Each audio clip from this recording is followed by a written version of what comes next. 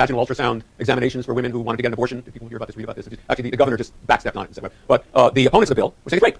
You're asking the state to do a vaginal insertion, blah, blah, blah, right? And the meaning of that word rape, which carries obviously very powerful connotations, here just all of a sudden made this something they couldn't do. And I think that word alone caused the governor to backstep on that.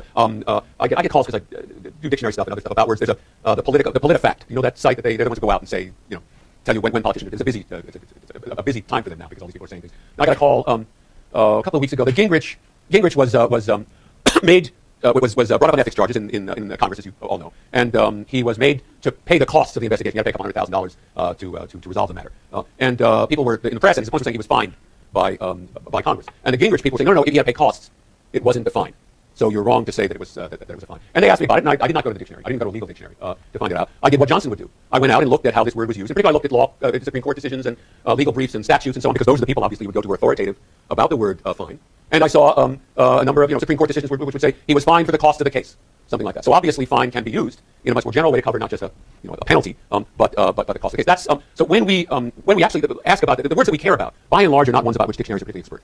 So why have a dictionary then? Because when we do argue about those words, we argue in a way that shows we've read dictionaries. You'll see a couple of years ago, I saw somebody a letter. Your writer spoke of China's final solution to the Tibet problem. But the final solution, as used in German, referred to a policy of systematic extermination, so on and so forth, and the Chinese either weren't being systematic or weren't exterminating or whatever. The point being that what the writer did was not to look up final solution in the dictionary, but to form a theory of the meaning of final solution, the form of a dictionary type definition, genus differentia, a policy, that's the genus, of systematic extermination, that's a differentia, and then take that definition and look at what was going on by the Chinese and say, well, either it isn't in this genus or it doesn't fit this differentia or whatever. The method by which we argue and decide on the meaning of words is when we learn from the dictionary, even if we don't actually get the information from dictionaries themselves. And this was the great importance of the dictionary, to show that it was possible to argue in this way, to have systematic arguments about the meanings of words, even in isolation from context, not knowing who wrote them, what the context was. And if you can have that, then you can trust that the public discourse to carry on to be the arbiter of the important issues of opinion that you're interested in. Because if somebody does go off on the side and say, oh, that's not what the word means, and you have a method for making that argument. The dictionary is also an important political document. An important political document because the language, particularly in this period, the modern period, becomes the symbol of national identity.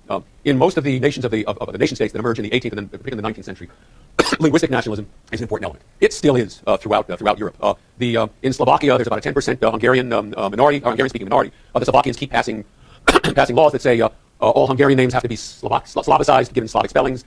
Hungarian can't be used in the schools, so on and so forth, restricting the use of Hungarian.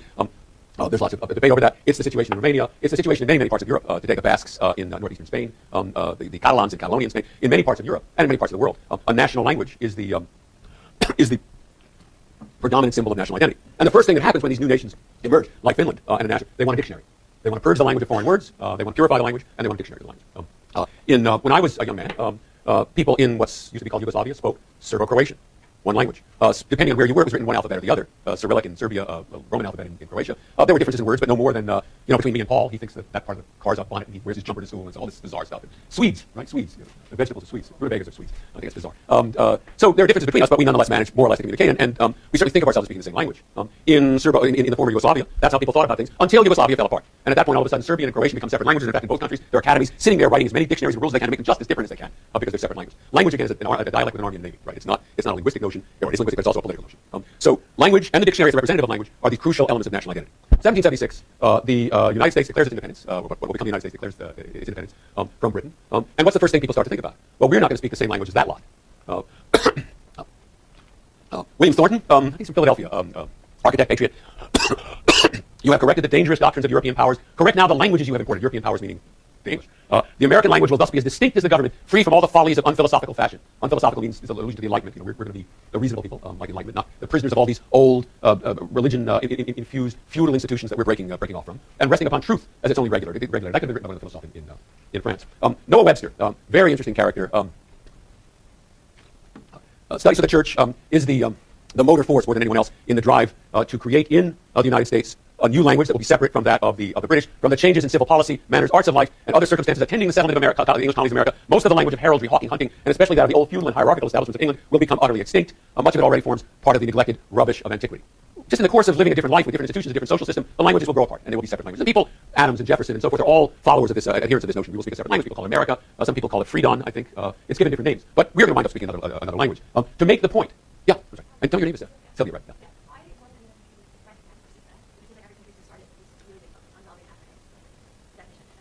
Well, the French have étatisme, is statism, is the word.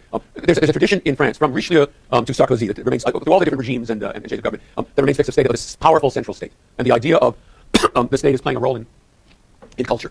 For the French, as for many European policy Italians as well, culture is a much more important element of national identity than it is for us. We used to have this committee in the United States, Committee on Un-American Activities during the McCarthy period. What was non-American activity? Un-American activity is being a communist or a fascist, or I don't know. It wasn't an un-French activity, right? Not being a communist or fascist, they had both of those. It's maybe putting ketchup on your omelet, right? That might be an un-French activity. So the idea of being French is in some sense to be connected to this French culture, this French language. The American left has by and large been opposed to ideas, and I've been involved in this, of declaring English as the official language of this country. Why are we opposed? And I've worked on this, so I can say we editorial here. Why am I opposed? Partly because I think it's not necessary. I mean, the idea, Frenchman once said to me, when I talked about this, people trying to, they said English is endangered, and he laughed. This Frenchman said, calling English endangered is like declaring crabgrass an endangered species. For the French, English is the only thing they worry about. Also because in America, the official sense of national identity is connected to political institutions, political ideals. That's what makes you an American. Not the culture, not where you shop, not what you wear, not what movies and books you those are important, and there is an American culture, nobody would deny that. It's not the official grounds of our national identity. In France, the left actually led, the French was declared in, I think, in the 19th, it was the language of the Republic. The official language of the Republic, and it was the left who led that charge in France. It's a very different idea of the role of government and national culture and relation to culture, too. That's a short answer to a complicated, but a very good question. Webster wants to form a separate language. And how's he going to do this symbolically? Well, how did the Serbs and the Croatians and so on and so forth do it? Writing systems, writing. And what does Webster suggest? We're going to change the spelling. Just so it's clear that these are different languages. And he writes, a capital advantage of this spelling reform would be that it would make a difference between the English orthography and the American. I'm confident that such an event is an object of vast political consequence. And he proposes any number of spelling changes, not just the ones that have survived. The few that have survived, honor with, color and so on with a U, theater, R-E-E-R, and a few others, acknowledgement, they use the E, we don't, I'm going to confuse the I-Z-E and I-S. There's a bunch of those, and they're just enough to make it confusing, but it's not that you read in British newspapers, what are they talking about? Webster proposed a great many more. Tongue was going to be T-U-N-G, and is was going to be I-Z, and so on and so forth. I used to tease my daughter many years ago that she was a natural-born Websterian speller, because she came on these of her own accord. These were going to be the symbolic marks of national identity. This takes a while to play itself out. Webster's 1795, I believe, plans a plan for a dictionary of the American language. When the dictionary finally appears, many years later, 1828, it's a dictionary of the English language in America. That shift takes place in that period. And even then, it's not clear that we're going to wind up speaking the same. There are figures like Whitman really believe that American was a separate language. It should be a separate language. In the early 1840s, there was an enormous culture conflict, a culture war over dictionaries, over the descendants of Webster's dictionary. And Joseph Worcester was another lexicographer who wrote a dictionary. Every major figure in American public life took a position on this, and it was battled over, and it really had to do a great deal with these spellings. And in the end, we didn't make that decision. We retained a few of these little symbolic spellings like honor and so on and so forth, but we didn't go along with the Websterian reform. And we believe that we and they speak the same language. And because that's symbolic of the idea, we have the same literary tradition. We both look back to Shakespeare and Chaucer as ours. The British think, well, yeah, but he lived here, right, as if that mattered. But we think of them as ours, our language, our culture, as its roots in Shakespeare as much as the English culture does.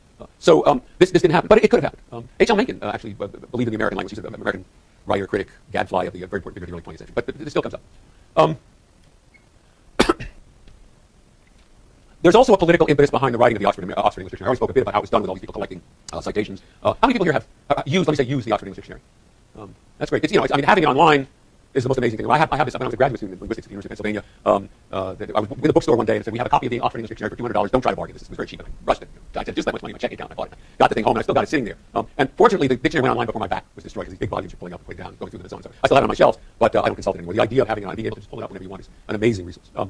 Nonetheless, it also had a political significance. Middle of the 19th century, not only have we decided that we will speak the same language and have the same culture, and by we, I'm sorry, there's some British students here, we all, as the British do, they've decided that we speak the same language as well, that we're all in it together. And the sense then of national identity that remains in each of these countries has to be, to that has to be added another sense of a cultural commonality that somehow sits above national identity, that has to do with our being inheritors, as they would put it, of the Anglo-Saxon tradition, speaking the same language in effect. What kind of culture do we have in common, simply in virtue of being Anglophones? And we do, as Anglophones, feel a connection to British culture in a way that we don't feel to French or Italian or Spanish culture, at least officially at a collective level.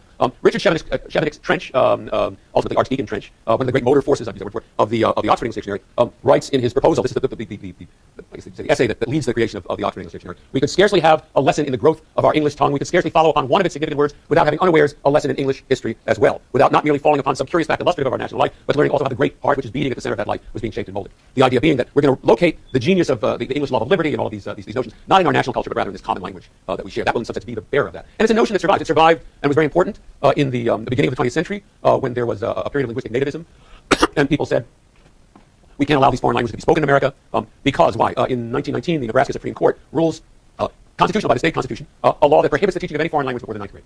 Because it will inculcate, to learn a foreign language is to inculcate in students ideals alien to the best interests of this country. In 1989, when the communist regimes are breaking down, you see people saying this is a triumph not only for democracy, but for the English language, because the English language has unique power to bear the ideals of democracy and so on, and to learn English in some sense, to become a Democrat and anti-totalitarian and so on and so forth. This belief still figures, and it figures sometimes in pernicious ways. But the dictionary, throughout these periods in various forms, is the embodiment of that. I'm going to skip the thing on the popular dictionary. I forgot about this part. Quickly, give me 2-3 minutes. Why does the dictionary include all the words of the language? I mean, it's bizarre. Johnson says, I'm going to give you definitions of cat and butt and black and so on and so forth. Why define those words? I mean, everybody knows those. Everybody knows the. People say, oh, it's for foreigners. Look, if a foreigner doesn't know the, right, how are you going to explain other English words to him? There are words that are undefinable. Left, like left as opposed to right. If you think about defining it, you can say where the party is, but if the heart moved, left would still stay left. The reason is, very briefly, because if we include all of the words, we say we have every word in this dictionary, then if we leave a word out, it means something. To say such and such a word is not in the dictionary becomes very important at this point. And it becomes a way of circumscribing the language as opposed to the stuff that doesn't really belong to the official, the proper language. Every time a new dictionary comes out, from Johnson to the dictionaries at the end of the 19th century to right now, they say, why is this word in here? This word doesn't represent the English language. I'm not going to have time to go through this. I'll sign you for next time, Paul. Okay, you've got 2 minutes.